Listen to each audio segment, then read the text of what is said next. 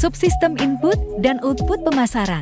Komponen inputnya terdiri dari: pertama, subsistem informasi akuntansi, yaitu suatu kegiatan yang dilakukan guna mengumpulkan data yang di dalamnya menjelaskan transaksi pemasaran pada sebuah perusahaan. Kedua, subsistem penelitian pemasaran, yaitu suatu kegiatan penghimpunan data terkait berbagai aspek operasi di dalam pemasaran, khususnya berbagai hal yang erat kaitannya dengan pelanggan. Yang ketiga, subsistem intelijen pemasaran lebih berfokus pada penghimpunan data dan juga informasi terkait perusahaan kompetitor, termasuk kemungkinan adanya strategi benchmarking. Subsistem output. Pertama, subsistem produk, yaitu sistem penelitian yang dilakukan di dalamnya harus bisa menyimpulkan terkait produk yang ingin dipromosikan. Sebagai contoh, kesimpulan yang diperoleh pada produk tersebut apakah bisa diterima dengan baik oleh konsumen ataukah tidak, serta apakah warna dan juga bentuk dari produk akan diminati oleh pelanggan. Yang kedua, subsistem harga, yaitu sistem ini akan membantu menentukan harga yang tepat untuk suatu produk tertentu. Harga tersebut nantinya bisa diperoleh setelah melakukan berbagai analisa yang dilakukan. Salah satunya adalah dengan cara membandingkan harga kompetitor, baik itu dalam hal produk substitusi atau dalam hal produk komplementer. Yang ketiga, subsistem tempat, yaitu riset dan juga penelitian harus dilakukan dalam hal memiliki lokasi pemasaran secara tepat. Kekeliruan dalam hal ini bisa berdampak langsung pada penjualan yang menurun.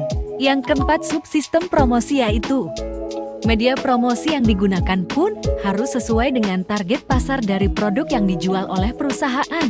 Yang kelima, subsistem bauran integrasi, yaitu pihak perusahaan juga harus bisa melakukan penelitian serta informasi yang terkait dengan bauran terintegrasi atau kemungkinan adanya pengembangan dalam strategi pemasaran.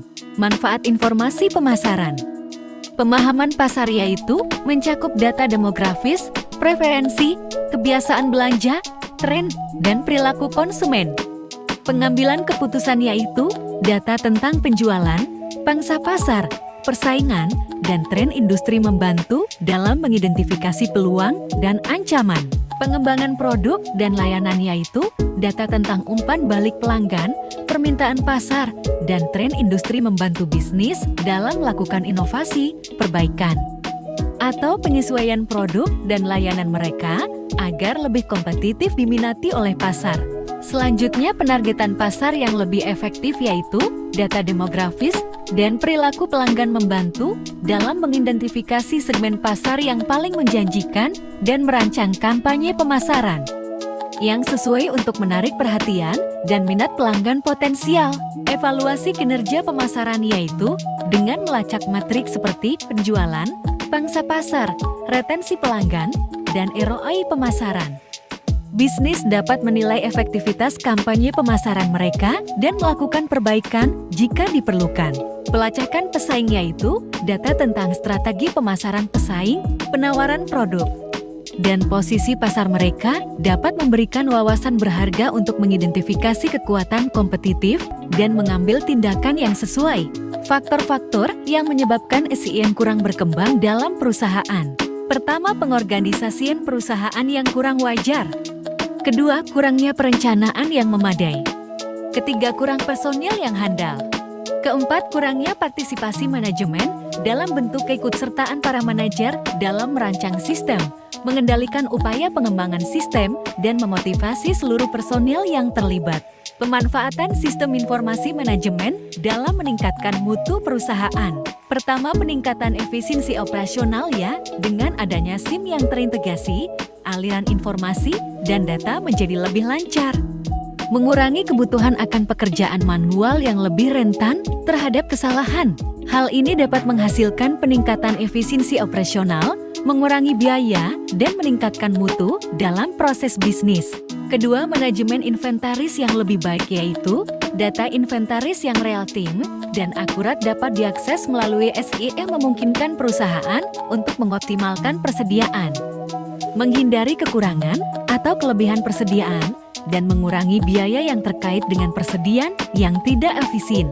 Dengan mengelola inventaris dengan baik, perusahaan dapat meningkatkan efisiensi operasional dan menghindari dari ketidakcocokan pasokan. Selanjutnya, ketiga, pengambilan keputusan yang lebih baik yaitu SI menyediakan informasi dan data yang diperlukan bagi manajemen untuk mengambil keputusan yang lebih baik.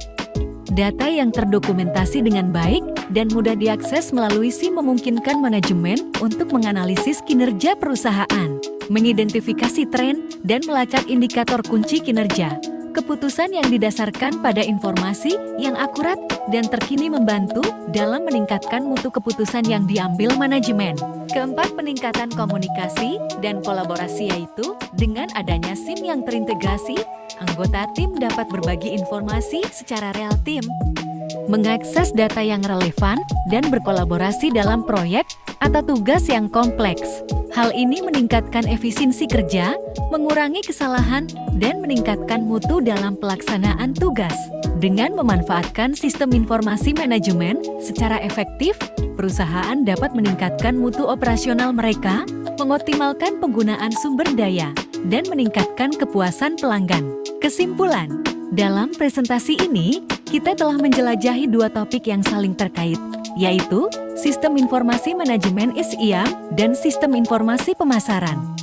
SIM adalah kerangka kerja yang digunakan untuk mengelola informasi dan proses bisnis di dalam organisasi, sedangkan Sistem Informasi Pemasaran fokus pada pengumpulan, analisis, dan penggunaan informasi pemasaran untuk mencapai tujuan bisnis.